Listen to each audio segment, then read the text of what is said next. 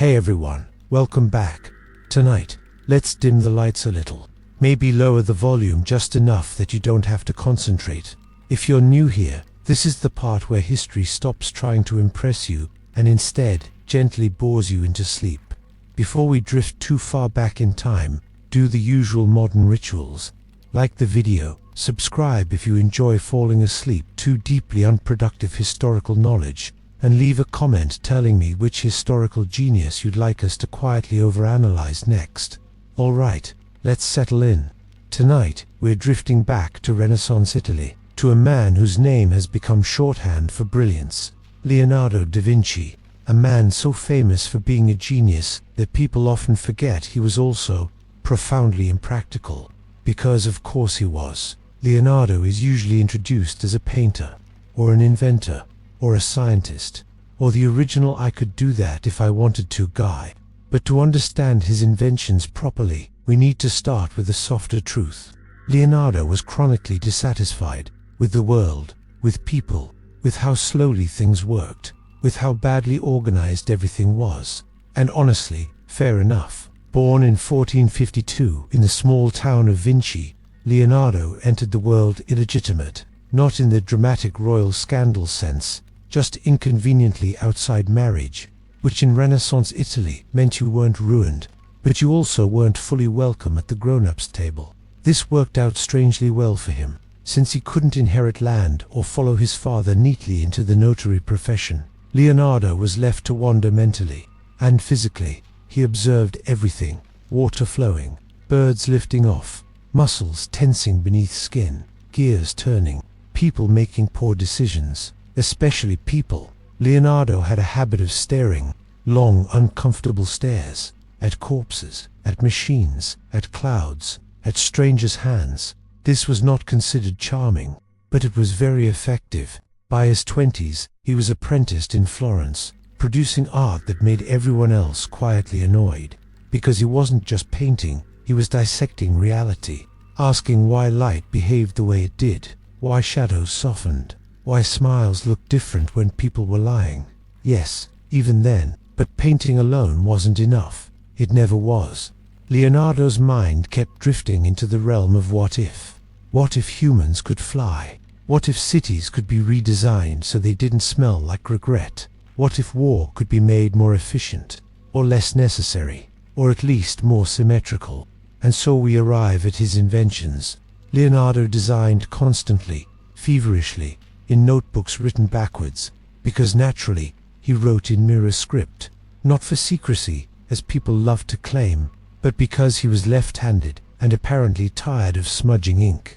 Genius, but also deeply relatable. Let's drift gently into his flying machines. Leonardo was obsessed with flight. Birds fascinated him, not in a poetic way, in a mechanical way. He studied wing structures, air resistance, lift, balance, and then he did what any Renaissance man would do. He decided humans should absolutely be doing this too. Consequently, with no engines, and very little understanding of aerodynamics as we know it today.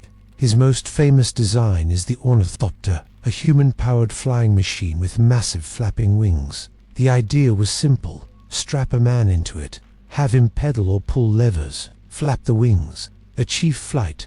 This was optimistic.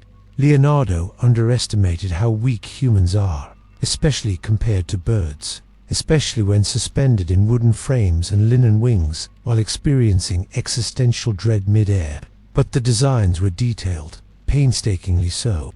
He accounted for balance, wing curvature, and even emergency landing scenarios, which suggests he was aware that things might not go well, and yet he kept designing more. There was the aerial screw, often called the first helicopter concept, a spiral-shaped canvas structure meant to compress air downward and lift upward. In theory, in practice, it would have spun dramatically and gone nowhere. But the idea itself, vertical flight, was centuries ahead of its time. Leonardo wasn't wrong. He was just early, and missing an engine, and lightweight materials, and basic safety regulations. Still, his obsession with flight reveals something important. Leonardo didn't invent to be useful. He invented to understand. Utility was optional. Curiosity was mandatory. Let's drift down from the sky and land gently in warfare. Because Renaissance Italy was never peaceful for long, Leonardo had complicated feelings about war. He disliked violence. He wrote about its cruelty, and then designed weapons for it anyway, because rent was due. When he applied for work with Ludovico Sforza, Duke of Milan, Leonardo barely mentioned painting. Instead, he listed his skills in military engineering, portable bridges, siege machines, cannons, fortifications. Naturally, one of his more unsettling designs was the multi-barrel gun, sometimes described as an early machine gun. It featured rows of small cannons arranged to allow continuous firing while others cooled. This was not subtle. It was efficient and deeply unpleasant. He also designed armored vehicles, a sort of proto-tank, a circular, turtle-like structure covered in angled armor plates, bristling with cannons. Inside, men would crank mechanisms to move it forward. Unfortunately, the gears were designed incorrectly. Some historians believe this was intentional.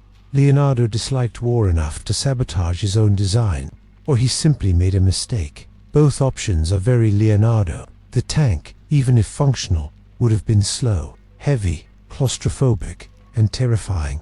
Less a weapon of dominance and more a rolling panic room. Still, the concept of armored mobility was centuries ahead of its time. Leonardo also reimagined fortresses. Medieval castles were tall, dramatic, and extremely vulnerable to cannons. Leonardo proposed low, angled walls that absorbed impact, bastioned designs, star-shaped forts, structures that anticipated artillery rather than pretending it didn't exist. This, inconveniently, was actually adopted later, making Leonardo posthumously correct. Again, but war wasn't his favorite playground. Water was. Leonardo adored water. He called it the driving force of all nature. He studied rivers obsessively, floods, erosion, currents, how water moved sediment, how it destroyed things quietly over time. Relatable. He designed canals, locks, dams, systems to redirect rivers, including a plan to divert the Arno River entirely, partly for trade, partly to inconvenience rival cities. Petty, but brilliant. His hydraulic machines included water-powered sawmills, pumps, and irrigation systems. Many were workable. Some were even built. Others remained sketches, but all revealed his belief that nature could be guided rather than conquered. Unlike people, who were hopeless, Leonardo also sketched diving suits. Yes, diving suits. Leather outfits with breathing tubes designed to allow underwater sabotage of enemy ships. Renaissance scuba gear. Again, practical issues existed, like pressure and oxygen and drowning. But the idea itself, underwater warfare, was alarmingly modern. Then there were his mechanical inventions, automata, robots. He designed a mechanical knight that could sit, stand, move its arms, and open its mouth, powered by pulleys and gears. This was for entertainment, or intimidation, or boredom. Hard to say. Leonardo's machines often straddled the line between science and theater. They were demonstrations of possibility, proof that systems could imitate life, that movement could be broken down into parts, which leads us to anatomy. Leonardo dissected human bodies, secretly, illegally, thoroughly. He studied muscles, tendons, organs, and bones with an engineer's eye. The human body, to him, was a machine, an extraordinarily elegant one. His anatomical drawings are still stunning, still accurate, still unsettling. He mapped the heart's chambers, the spine's curvature, facial musculature. These studies informed his inventions, understanding leverage, balance, stress. Leonardo knew that machines failed for the same reasons people did: weak points, poor alignment, overconfidence. He even designed prosthetics, artificial limbs, mechanical aids. Again, not widely built, but conceptually present. And then there were the ideas that make you pause. Leonardo proposed ideal cities, clean cities, with separate levels for pedestrians and sewage, ventilation, flowing water, hygiene. This was after witnessing plague outbreaks. He concluded that cramped, filthy cities were badly designed machines, which again, fair. His city designs were rational, quiet, ordered, possibly very boring, but healthier. Leonardo's genius wasn't in completion. He famously failed to finish projects, paintings, inventions, commissions. He got distracted, lost interest, moved on, because the idea mattered more than the outcome. Many of his inventions never left paper. Some were impossible at the time. Others were misunderstood for centuries. But collectively, they reveal a mind that refused to stay in its lane. Artist, engineer, anatomist, dreamer, complainer. Leonardo was all of it. As we slowly drift toward the end of this first part, it's worth remembering this. Leonardo da Vinci didn't change the world by building machines. He changed it by imagining them, by insisting that the limits of his era were temporary inconveniences, and by being just dissatisfied enough to keep asking why. In the next part, we'll drift deeper into Leonardo's personal habits, his routines, his oddities, his tendency to buy caged birds just to set them free, and the quiet contradictions of a man who designed weapons but hated war, studied corpses but adored life, and planned futures he would never see. For now, let your mind rest, let the gears slow, and let Leonardo's unfinished machines quietly hum in the background as you drift off. All right, let's ease back in. If you're still awake, that's perfectly fine. If you half asleep, and vaguely aware that a Renaissance man is being discussed somewhere in the background, that's actually ideal. Leonardo da Vinci, for all his towering reputation, lived a life that was remarkably unsettled. Not dramatic, not scandalous in the usual royal sense, just quietly strange, full of small habits and gentle oddities that, taken together, paint a picture of a man who never quite fit anywhere, which may explain why his mind wandered so productively. Leonardo never married. He had no known children, no stable household. He drifted from city to city, Florence, Milan, Rome, France, following patronage, curiosity, and occasionally the need to not be arrested. His relationships were intense but often brief, with students, with patrons, with ideas. Ideas, especially, tended to leave him emotionally exhausted. He lived simply, despite working for the most powerful men of his time, dukes, kings, warlords with delicate egos. Leonardo dressed well enough, but not extravagantly. He spent money on books, instruments, and oddly animals. Leonardo loved animals, in a way that bordered on impractical. He was likely vegetarian, not for health reasons, or fashion, but because he genuinely disliked the idea of harming living creatures. He wrote about animals with empathy, with respect, with the quiet conviction that humans were not automatically superior just because they were louder. There's a recurring story, possibly true, possibly embellished, that Leonardo would buy birds in cages at markets, just to release them. He'd open the cage doors and watch them fly away. This is deeply on brand. The same man who designed war machines could not tolerate the idea of a trapped bird. Humans, however, were another matter. He found them endlessly frustrating. He observed people the way he observed rivers, patterns, repetition, predictable chaos. Leonardo was intensely private. He wrote thousands of pages of notes, but very little about his emotions, his fears, his desires. Everything personal was filtered through diagrams, measurements, metaphors. If he was lonely, he never quite said so, but the signs are there. He surrounded himself with young assistants and students. Some were talented, some less so. Many relied on him financially, emotionally, creatively. Leonardo nurtured them, taught them, occasionally scolded them for incompetence, and then quietly moved on when they disappointed him, which they often did. One student, Giacomo Caprotti, nicknamed Salai, meaning Little Devil, stayed with Leonardo for decades. Salai was handsome, lazy, prone to stealing. Leonardo documented his thefts in exasperated notes: money, clothes, small items, and yet he kept him around because Leonardo valued beauty and familiarity, and perhaps companionship, even when it came wrapped in mild annoyance. Several of Leonardo's paintings feature figures believed to be modeled after Salai: soft faces, ambiguous smiles, a certain calm mischief.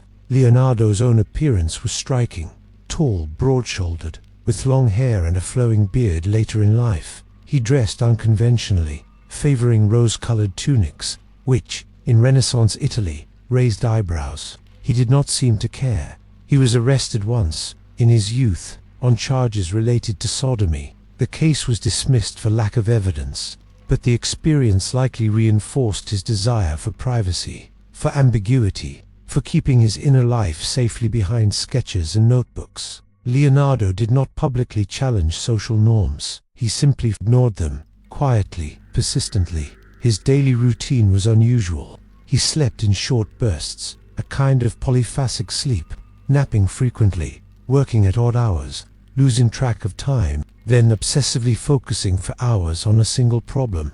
This was not healthy, but it was productive. He was easily distracted. He would begin a painting, then abandon it for weeks to study how light bounced off water, or how shadows softened at dusk, or how birds turned mid-air. Patrons found this infuriating. Leonardo would promise masterpieces, then deliver them, eventually, sometimes years late, sometimes never. The Mona Lisa followed him everywhere. Literally, he carried it from city to city, kept working on it, adjusting it, refining it, never satisfied. Because perfection, to Leonardo, was always just slightly out of reach. He disliked confrontation, preferred to withdraw rather than argue. When criticized, he rarely defended himself. He simply drifted away, to another city, another patron, another idea. This avoidance gave him a reputation for unreliability, which was accurate, and also unavoidable. Leonardo's notebooks reveal a man deeply aware of mortality. He wrote about aging, about decay, about the slow betrayal of the body. He dissected corpses, not just to learn, but to understand what awaited everyone, including himself. And yet, he was not morbid, just realistic. He found humor in small things, in human absurdity, in misplaced confidence. He enjoyed riddles, wordplay, visual jokes hidden in paintings, little tricks meant to amuse himself more than anyone else.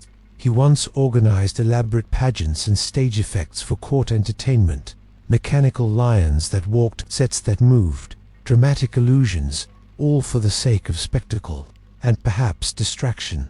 Leonardo did not seek fame in the modern sense. He did not publish his work widely. He did not rush to claim credit. Many of his discoveries went unnoticed for centuries, because he wasn't trying to win. He was trying to understand. As he aged, his health declined. His right hand weakened, likely due to a stroke. He could no longer paint easily, so he taught, he talked, he thought, and he designed in his head. He spent his final years in France, invited by King Francis I, given a manor, a pension, and respect. The king reportedly admired him deeply, treated him as a living treasure. Leonardo appreciated the calm, the stability, the lack of pressure to perform. He died in 1519, quietly surrounded by students, his notebooks scattered, his ideas unfinished, his inventions largely unrealized, but his mind lingered.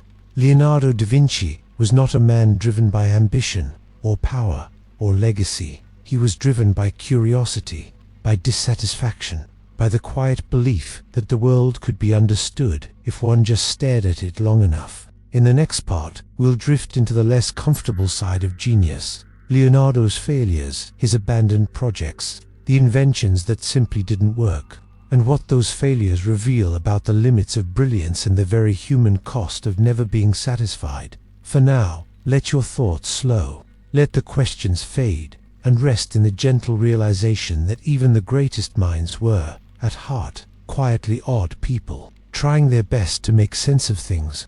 Let's drift back in, slowly, no need to focus too hard.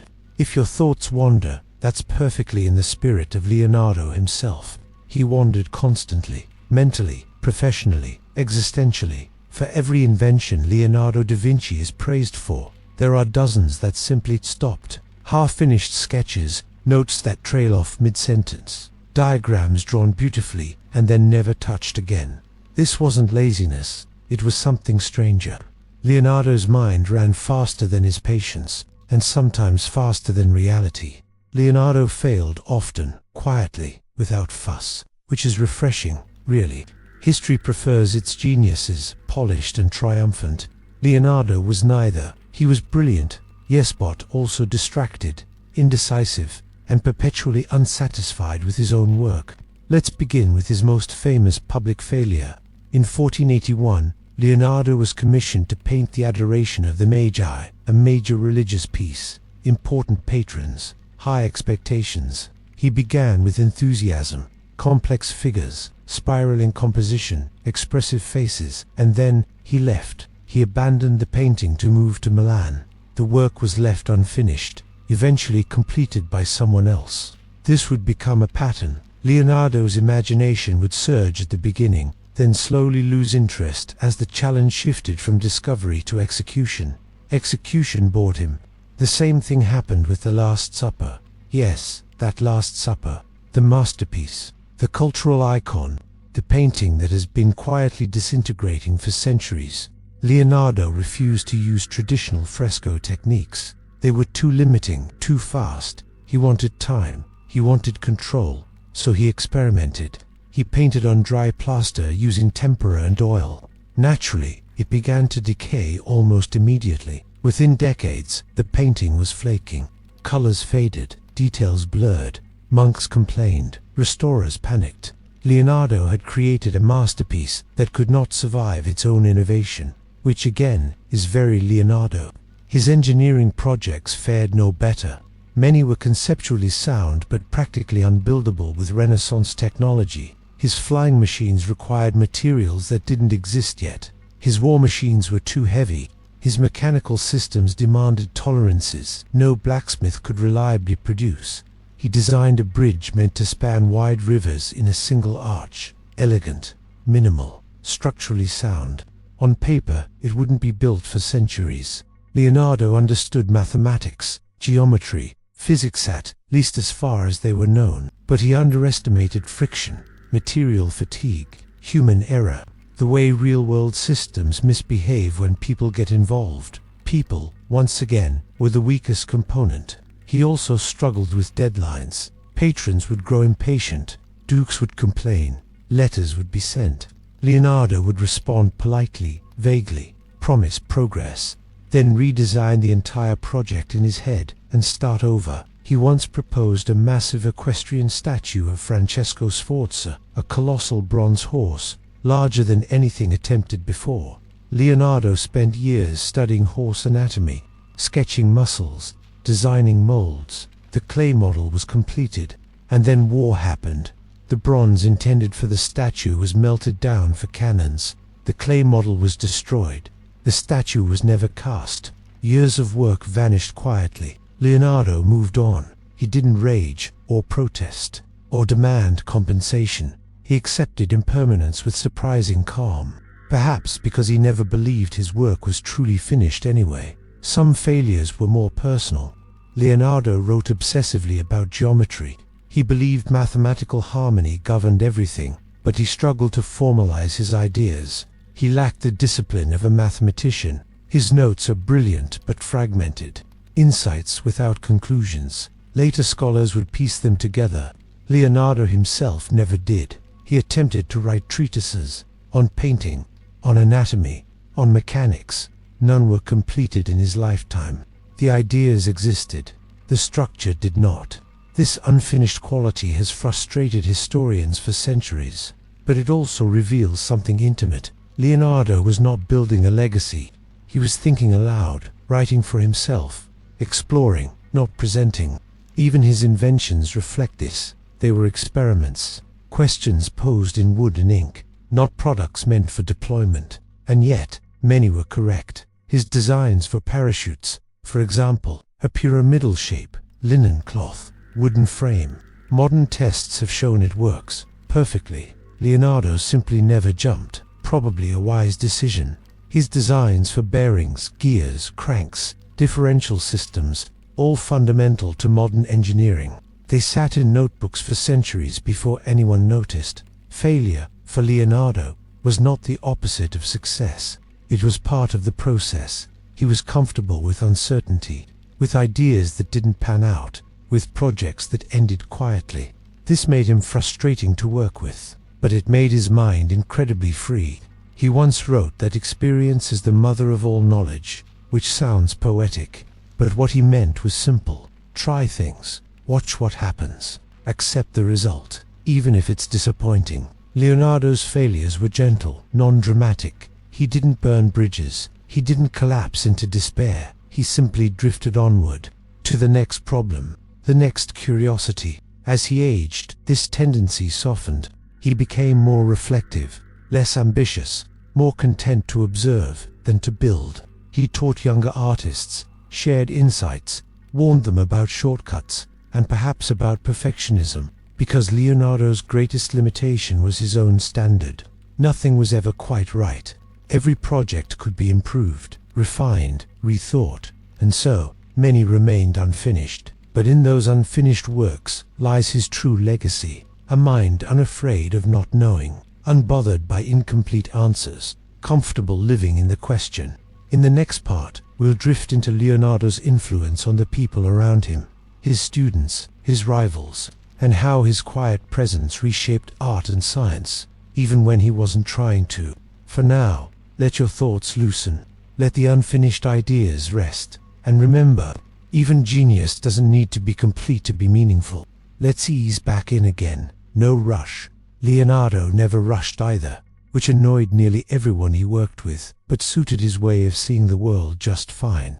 Geniuses are often imagined as solitary figures, alone in rooms, scribbling furiously, detached from humanity.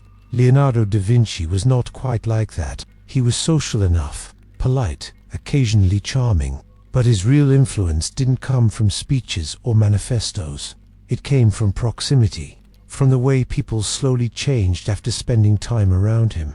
Leonardo didn't dominate rooms, he absorbed them. He spoke softly, listened carefully, asked unsettlingly precise questions, and then went quiet again. Students and patrons often underestimated him at first. He looked thoughtful, mild, almost distracted, until they saw his work. His students learned to see differently, not just to draw, but to observe. Leonardo insisted that artists study anatomy, light, perspective, nature, not as symbols, but as systems. Muscles weren't decorative, they had function. Shadows weren't black, they were layered, gradual, alive. This approach spread quietly.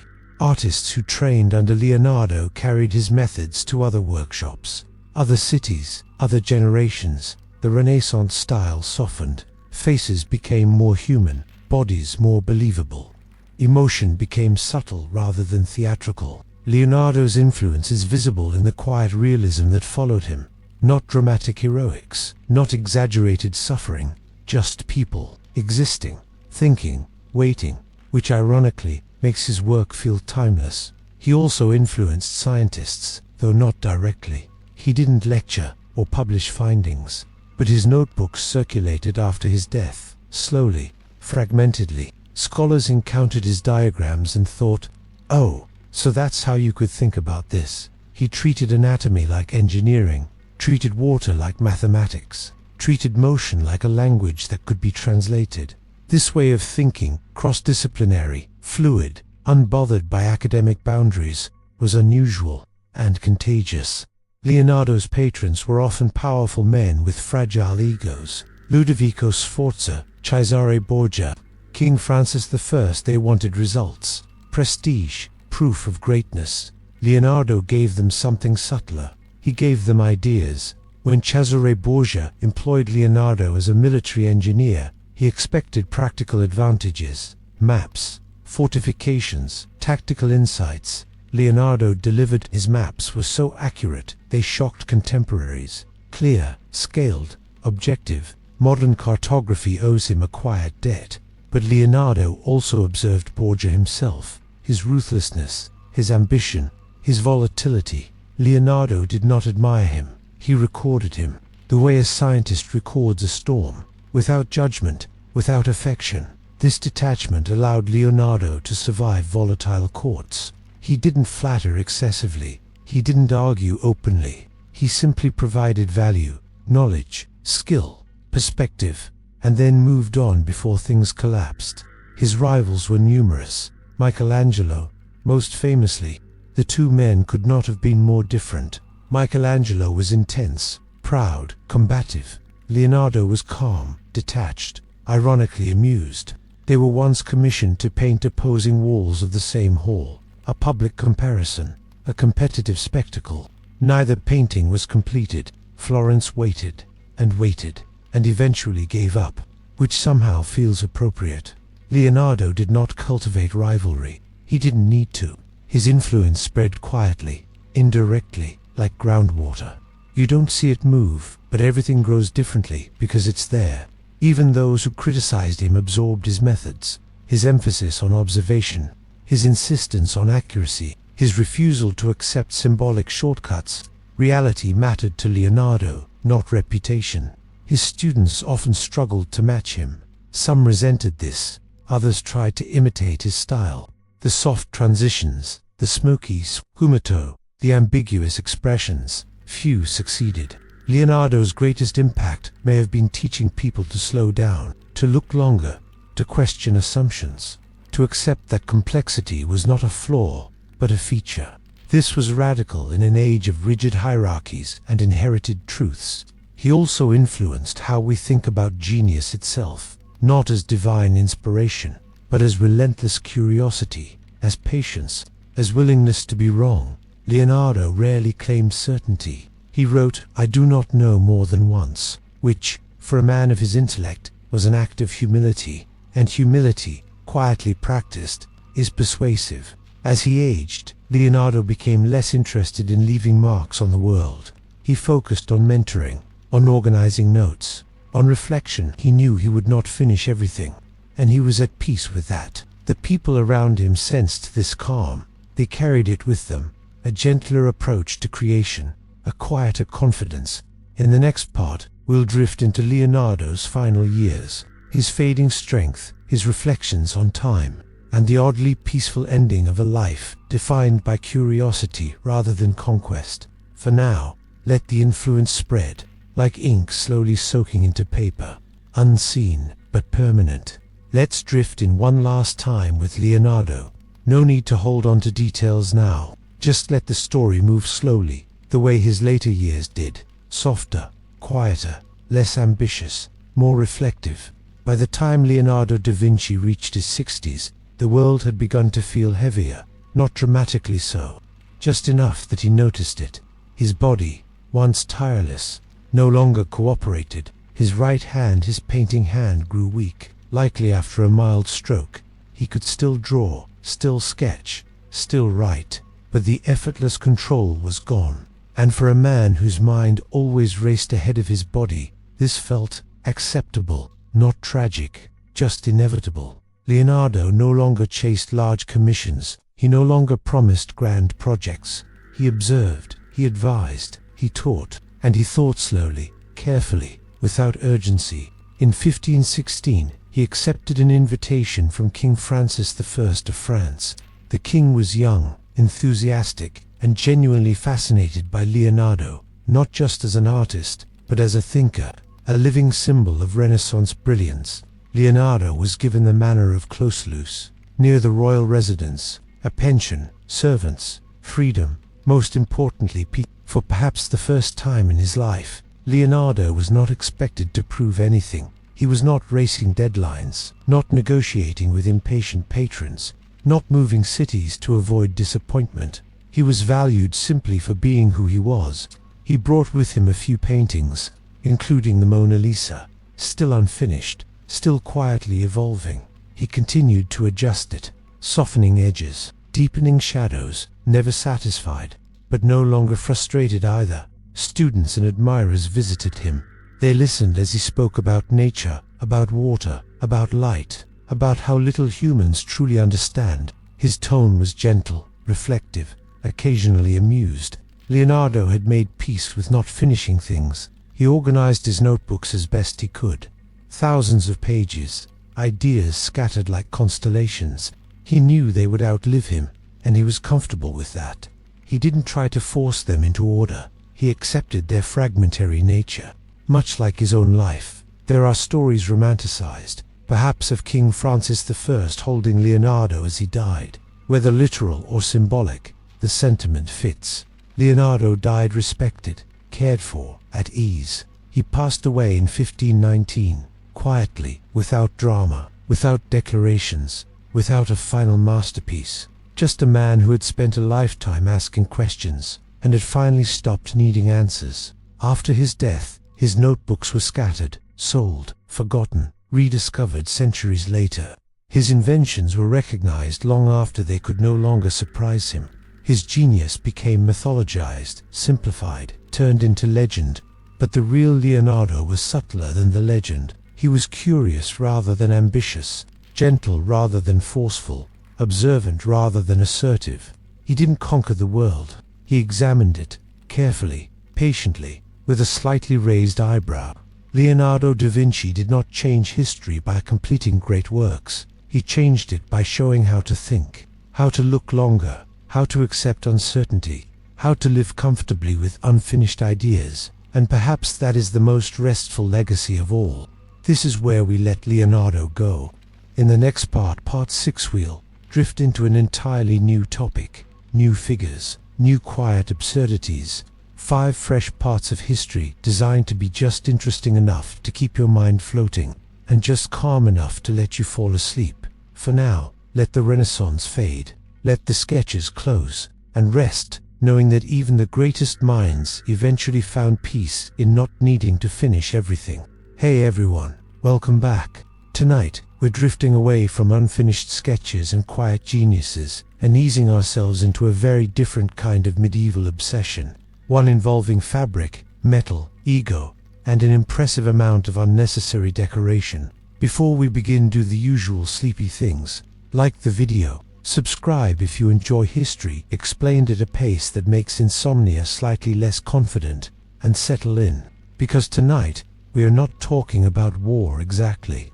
We're talking about performance, medieval tournaments. On paper, tournaments were about martial skill, training for war, honoring chivalry, demonstrating courage. In reality, they were fashion shows with blunt trauma. Naturally, by the High Middle Ages, tournaments had become grand public spectacles, not chaotic brawls as they once were, but carefully staged events. Nobles gathered, crowds watched, heralds announced names, and everyone involved cared deeply, almost desperately about how they looked, because armor wasn't just protection, it was identity. Let's start with the clothing worn before anyone even put on armor. The tournament outfit began with layers, linen shirts, hose-padded garments, called gambesons or arming doublets. These absorbed sweat, cushioned blows, and quietly prevented metal from pinching skin in deeply personal places. Comfort mattered, but appearance mattered more. Noblemen arrived, dressed to be seen. Bright colors, expensive dyes, blues made from woad, reds from madder, purples if you were extremely wealthy or extremely reckless. Clothing signaled status instantly. Fabric quality, stitching, fit, all communicated wealth before a single lance was lifted, and then came the armor. Tournament armor was not battlefield armor, it was heavier, more specialized, and often absurdly ornate. This was intentional. Tournaments were controlled environments. You knew what weapon you'd face, from which angle at what speed, so armor evolved accordingly. Helms were massive, helmets enclosed the entire head, vision slits were narrow, breathing holes carefully placed. Some helms were bolted directly to breastplates, locking the head in place. Turning your neck was optional. Survival was not. Armor surfaces were polished to a mirror shine, or blued, or etched with patterns. Some bore religious imagery, others family crests, lions, eagles, crosses, mythical beasts. Nothing subtle. A knight's armor told a story, his lineage, his alliances, his aspirations. If he couldn't read, which was common, his armor read for him. Then there were surcoats and tabards, cloth garments worn over armor, bright, flowing, marked with heraldry. These were crucial. They made knights recognizable, and more importantly, photogenic, in a medieval sense. Dusty armor looks impressive. Dusty armor with flowing silk and a gold-embroidered crest looks legendary. Ladies in the stands noticed, which mattered deeply. Tournament culture was obsessed with glamour. Knights wore favors given by noble women, scarves, sleeves, veils, tied to arms or lances. These were symbols of devotion or flirtation, or complicated social contracts, best not examined too closely. A knight might ride into combat wearing his lady's colors, or her initials, or an entire embroidered message. Subtlety was not required.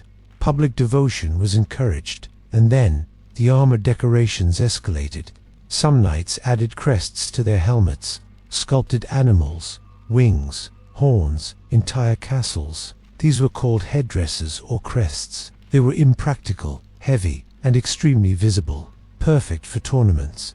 You didn't need to survive an ambush. You needed to be recognized from a distance. You needed applause, gasps, admiration.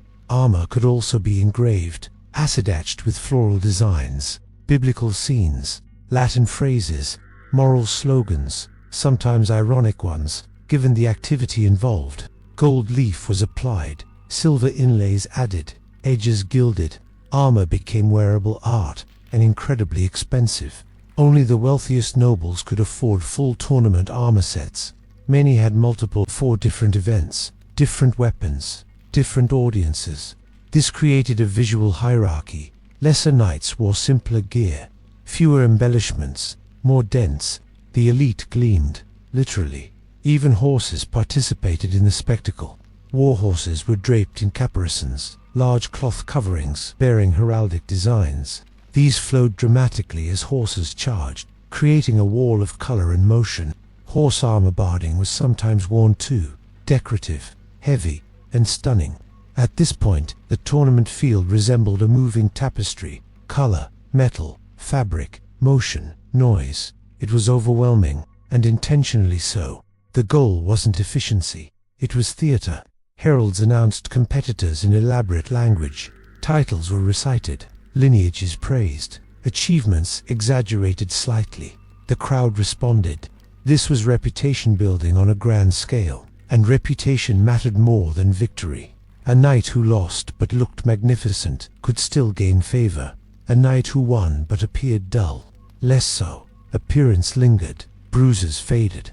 Even injuries became part of the performance. Blood on bright fabric, dented armor, broken lances, all signs of valor. Carefully curated chaos. By the late medieval period, tournaments had rules to reduce death, blunted weapons, specific armor reinforcements. But danger remained. Accidents happened. Vision was limited, momentum unforgiving.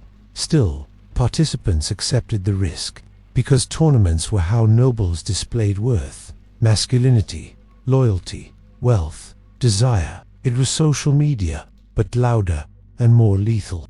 As this part gently winds down, remember this: medieval tournaments were not about fighting alone. They were about being seen, about crafting an image, about turning violence into ceremony and armor into fashion. In the next part, we'll drift deeper into the people watching from the stands: noblewomen, royal courts, judges of style and status, and how their gaze shaped what knights were and how they behaved. For now, let the banners settle, let the armor rest, and allow the glittering noise of the tournament field to fade into something comfortably distant. Let's drift back in, gently. The dust from the tournament field has settled. The horses are breathing heavily. The armor is dented and warm.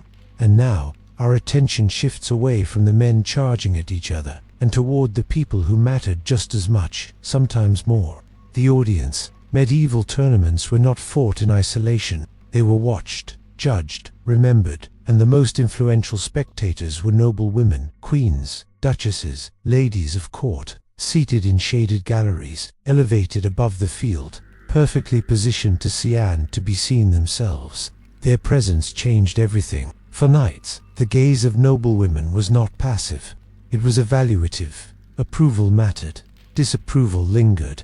Reputation could be built or quietly dismantled by a raised eyebrow, a withheld smile, or the refusal to offer a favor. This is why clothing mattered so intensely. Noble women dressed for tournaments with deliberate care. Their gowns were structured, layered, restrictive in ways that signaled status.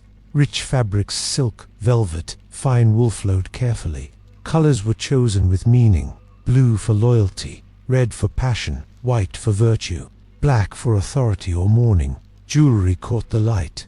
Gold chains, brooches, rings, pearls imported at considerable expense. Nothing was accidental. Fashion was language, and noblewomen understood it fluently. They used clothing to communicate alliances, to display family power, to suggest availability or absolute inaccessibility. A queen's gown reinforced hierarchy. A lady's veil signaled modesty or intrigue, depending on how it was worn. From the stands, these women became arbiters of taste, of worth, of desirability. Knights noticed. This is where the exchange of favors becomes important. Scarves, sleeves, gloves, sometimes embroidered with personal symbols. These items were given publicly. A knight would attach them to his armor or lance. He carried them into combat like a visible promise, or a performance of devotion. The meaning could be sincere, or political, or strategic. Being associated with a powerful woman elevated a knight instantly. Her favor suggested approval, connection, prestige. Refusing a favor was equally meaningful. Quiet rejection, social death by embroidery. Noble women did not fight, but they controlled the emotional economy of tournaments. They rewarded grace, punished arrogance, encouraged theatrical bravery over brute force. This shaped armor design. Knights wanted to be recognizable, visually distinct, easy to identify from a distance. Armor grew more elaborate, crests taller, colors brighter, engravings more intricate. You couldn't impress someone who didn't know who you were. Helmets were designed to present profiles. Broad shoulders emphasized strength. Slender waists suggested elegance. Armor wasn't just protective, it sculpted the body into an idealized form of nobility. Even posture mattered. How a knight mounted his horse, how he saluted the stands, how he accepted victory or defeat. All were judged, and the women remembered. Tournaments were also social marketplaces. Marriages were negotiated, alliances hinted at, rivalries observed. A successful tournament appearance could lead to invitations, patronage, court positions. For noblewomen, observing tournaments was a way to assess men beyond lineage, how they behaved under pressure, how they lost, how they won. This made tournaments safer in some ways. Excessive cruelty was frowned upon. Reckless violence looked crude. Controlled aggression was preferred. Chivalry wasn't just moral, it was aesthetic. Naturally, this ideal was not always achieved, but the pressure to appear refined shaped behavior. Knights learned to moderate themselves, to perform restraint, to look dangerous, but not uncontrollable, which is a delicate balance. Clothing reinforced this. Flowing fabrics softened the harshness of metal. Heraldry humanized anonymous armor. Personal symbols hinted at inner lives that may or may not have existed. And noblewomen, well aware of the performance, played along. They encouraged romance, patronized poets, commissioned art depicting tournaments as elegant rituals rather than violent collisions. This refined image became dominant in cultural memory. Reality was messier, but memory prefers glamour. As this part winds down, remember that medieval tournaments were not just displays of male prowess. They were conversations, visual dialogues between fighters and spectators, and noblewomen, through fashion and favor, quietly controlled the tone. In the next part, we'll drift closer to the armor itself again, but this time, we'll examine how technology, safety, and rule-making reshaped tournament fashion, turning armor into something heavier, stranger, and oddly more ceremonial. For now, let the applause fade, let the banners hang still, and rest in the quiet power of those who never lifted a sword, but shaped the entire spectacle. Let's ease back in once more. The crowd is still there, but it's calmer now. Less shouting, more murmuring. The tournament has matured, and so has the armor. By the late medieval period, tournaments were no longer chaotic rehearsals for war. They had become regulated events, carefully managed, carefully controlled, at least in theory. This shift changed everything knights wore, and how they wore it, because once rules appear, equipment adapts. Early tournaments were dangerous in a very straightforward way. Too many weapons, too many riders, too little control. Injuries were common, deaths were not rare, which, over time, made the nobility slightly uncomfortable, especially when heirs kept being injured for entertainment. So tournaments evolved, rules were written, weapons were modified, marshals enforced boundaries, and armor was redesigned not just to protect but to comply. This is where tournament armor becomes truly strange. Helms grew heavier, much heavier. Some weighed as much as 20 kilograms. They were designed to withstand direct lance impacts. Vision was restricted. Breathing was limited. Comfort was sacrificed completely, but safety of a sort was improved. The great helm was reinforced, then evolved into the frogmouth helm for jousting. Narrow slits forced knights to look straight ahead, which meant fewer neck injuries, and fewer accidental glances at incoming disaster. Armor for the left side of the body became thicker.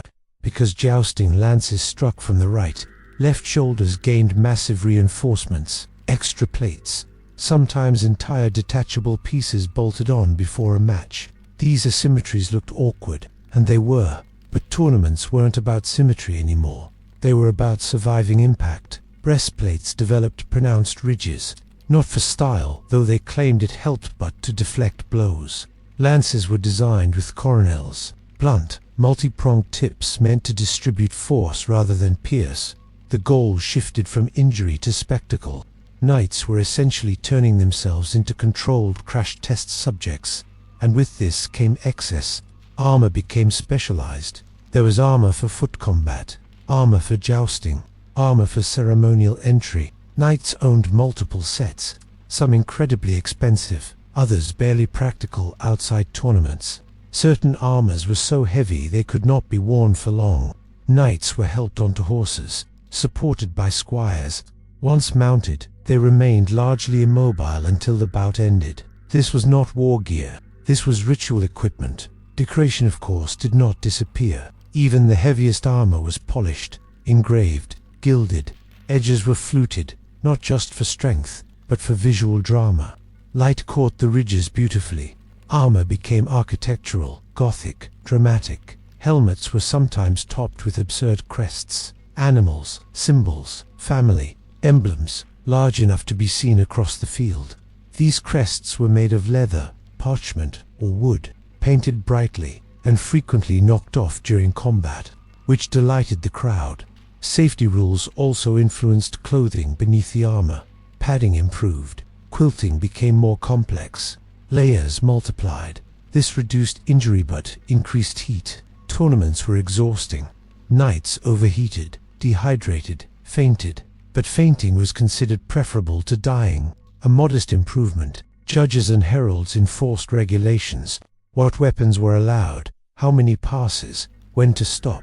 Victory was determined not just by force, but by form. Clean hits, broken lances, controlled technique. Armor was inspected before matches. Adjustments made, illegal modifications forbidden, or at least frowned upon. This bureaucratic side of tournaments sounds dull, but it mattered.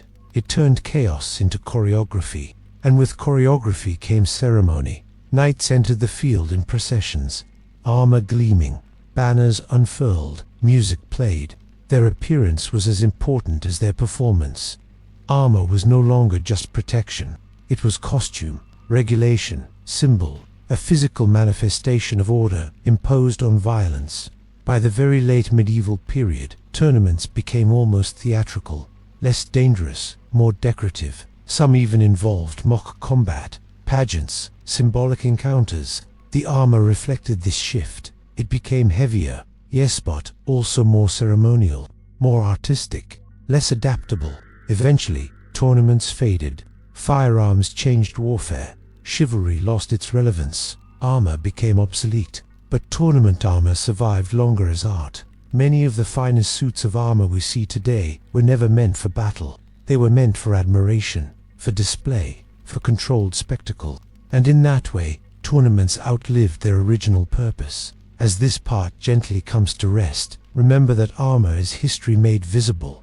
Every plate tells a story, of fear, of fashion, of compromise between safety and show. In the next and final part of this topic, we'll drift into the decline of tournaments and how their clothing and armor became symbols of nostalgia, memory, and the longing for a more glamorous past. For now, let the rules fade, let the metal cool, and rest as the field grows quiet once more. Let's drift in one last time, slowly, gently, as though walking across the tournament field after the crowds have gone home. The dust has settled, the banners droop, the horses are led back to stables, and the knights, their armor rests in carefully packed chests, waiting for a spectacle that may never come again. By the late 16th century, tournaments were waning. Gunpowder had arrived. Firearms made lances and swords less relevant. Battlefield realities had shifted. The controlled chaos of a joust could no longer be justified as preparation for war. And yet, the tournaments persisted, for a while, at least, not as practical contests, but as displays of wealth, nostalgia, and social theater. For the nobility, tournaments became more about show than skill. Extravagance replaced practicality. Armor became increasingly ceremonial, almost absurdly ornate. Helms grew taller, crests larger, surcoats heavier with embroidery. Horses were draped in heavier fabrics, embroidered with every family crest imaginable. Beauty now outweighed utility. Spectators, especially noblewomen, remained central. Their applause, smiles, and whispered judgments still dictated how a knight presented himself. But the audience now craved spectacle over authenticity. Blunted lances and staged charges replaced real danger. Participants performed rather than fought. Clothing and armor became souvenirs of an idealized past. Paintings, engravings, and manuscripts captured the glittering spectacle, preserving it for generations. Knights, who once risked life and limb, were remembered in art rather than history books. Fashionable excess became immortalized, while the actual skill slowly faded from memory. Some of the most celebrated tournament armor sets were never even used in combat. They were gifts, diplomatic tools, status symbols, possessions meant to impress rather than protect. Families displayed them in halls, courtly chambers, and collections. They became art objects in themselves. Interestingly, while tournaments declined, their influence persisted. Fashion, ceremonial armor, and courtly display carried forward into early modern Europe. The pageantry of the tournament influenced coronations, parades, and even military ceremonies. A well-crafted suit of armor remained a symbol of status long after it had lost its battlefield purpose. By the end of the 17th century, tournaments as we imagined them, lances, armor, noble spectators, had mostly vanished. Firearms, changing warfare, and evolving social norms rendered them obsolete. What remained was memory, glamour, and the lasting impression that medieval nobility valued appearance and spectacle almost as much as bravery. And so, the field empties. The banners are rolled. The dust settles. But the glitter of metal, silk, and color lingers in memory, in paintings, and in museums. Tournaments were fleeting, but their visual culture endured. As we gently closed this part of history, remember, these events were about more than combat. They were about identity, display, and the desire to be seen. They remind us that even in times of war, humans care deeply about how they look while trying to survive it. In the next part, Part 10, the final installment of this topic will drift into the personal lives of the knights themselves, their rituals, their rivalries, their quirks, and the strange, sometimes humorous habits that persisted behind the armor and glamour. For now, let the echoes of the crowd fade. Let the polished armor rest in shadowed chests, and drift in the calm after the spectacle. Let's drift in one final time, gently, as if walking slowly along the empty tenement grounds, listening only to the soft creak of leather and metal settling. The crowds are gone, the banners hang limp, and now we turn our attention to the men who wore the glittering armor, the knights themselves, their personal habits, private rivalries, and curious little rituals that never made it into official records. Even at the height of glamour, tournaments were exhausting. Knights rose early, sometimes before dawn, to prepare. Their daily rituals were precise. Linen shirts and padded doublets were washed carefully. Armor was polished until it reflected the first rays of sunlight. Every strap checked, every buckle tightened, hair combed and oiled, helmets inspected, lances weighed, horses groomed, caparisons ironed, decorated, and tied perfectly. Many knights treated this preparation as a kind of meditation. The process allowed them to focus, to center themselves before the chaos of combat. Some prayed quietly while fastening gauntlets. Others recited family mottos under their breath. A few even muttered gentle curses at their armor when a joint squeaked or pinched. Rituals extended to food and drink. Tournament days were long, exhausting affairs. Meals were carefully chosen to avoid discomfort in heavy armor. Meats, breads, and mild wines were preferred. Anything too rich or heavy could slow a knight or cause unpleasant distractions mid-lance. Hydration, of course, was essential, but excessive alcohol was frowned upon. It could lead to embarrassment, falls, or bruised honor. Behind the scenes, rivalries simmered quietly. Tournaments were structured competitions. Yes, but the personal stakes were immense. Knights measured themselves not only against the skill of others, but against family legacies, social expectations, and the unspoken hierarchies of courtly favor. Some rivalries were mild, almost humorous. Two knights would arrange mock challenges just to test each other's armor designs. Who polished their helm better? Whose crest stayed intact after a charge? Subtle jabs in etiquette and style were as telling as the outcome of a joust. Others were more serious. Offense or insult could linger for years, sometimes leading to private duels or tense social encounters. Nobility had long memories. A small social slight disrespecting a lady, ignoring a favor, or flaunting wealth too ostentatiously could echo through a career. And then there were the quirks. Many knights had habits that were deeply personal, quietly odd, or amusingly meticulous. Some carried lucky charms, small crosses, carved animals, embroidered handkerchiefs. Some had preferred horses, trained for balance and obedience beyond normal expectation. Some even refused to wear armor if it had been repaired by a blacksmith they disliked. Sleep was precious. Many knights napped briefly before matches, resting in padded tents while squires fussed over every detail of attire. Some recited prayers or visualized charges in their minds. Others simply stared at their polished armor, appreciating its craftsmanship, imagining the effect it would have on spectators. Interestingly, knights were acutely aware of the performative aspect of tournaments. Every movement mattered. A well-timed gesture, a dramatic mount, a clean strike. These were all components of reputation building. Even falls, when staged gracefully, could enhance a knight's image as daring rather than incompetent. Victory was gratifying, yes, but honor and image were arguably more important. Losing in a spectacular, dignified way could be preferable to winning in an unremarkable or clumsy fashion. The crowd, noblewomen, and fellow knights all judged subtlety, grace, and composure, qualities far removed from brute strength. And then, of course, there was the humor. Behind the armor, knights could be unexpectedly playful. Pranks among squires, gentle ribbing of opponents, exaggerated gestures to amuse the stands. Even in a culture obsessed with chivalry, there was room for levity. Small moments of absurdity, like a misplaced plume or a horse refusing to cooperate, were quietly celebrated among insiders. Tournaments eventually faded.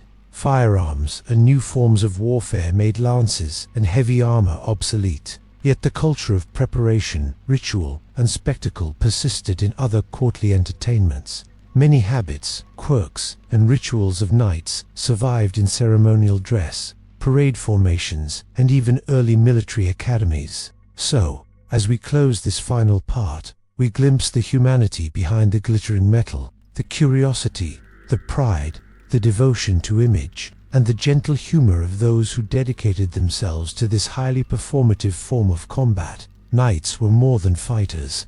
They were performers, ritualists, and subtle artists, shaping identity as much as defending it. And now, the tournament field is empty.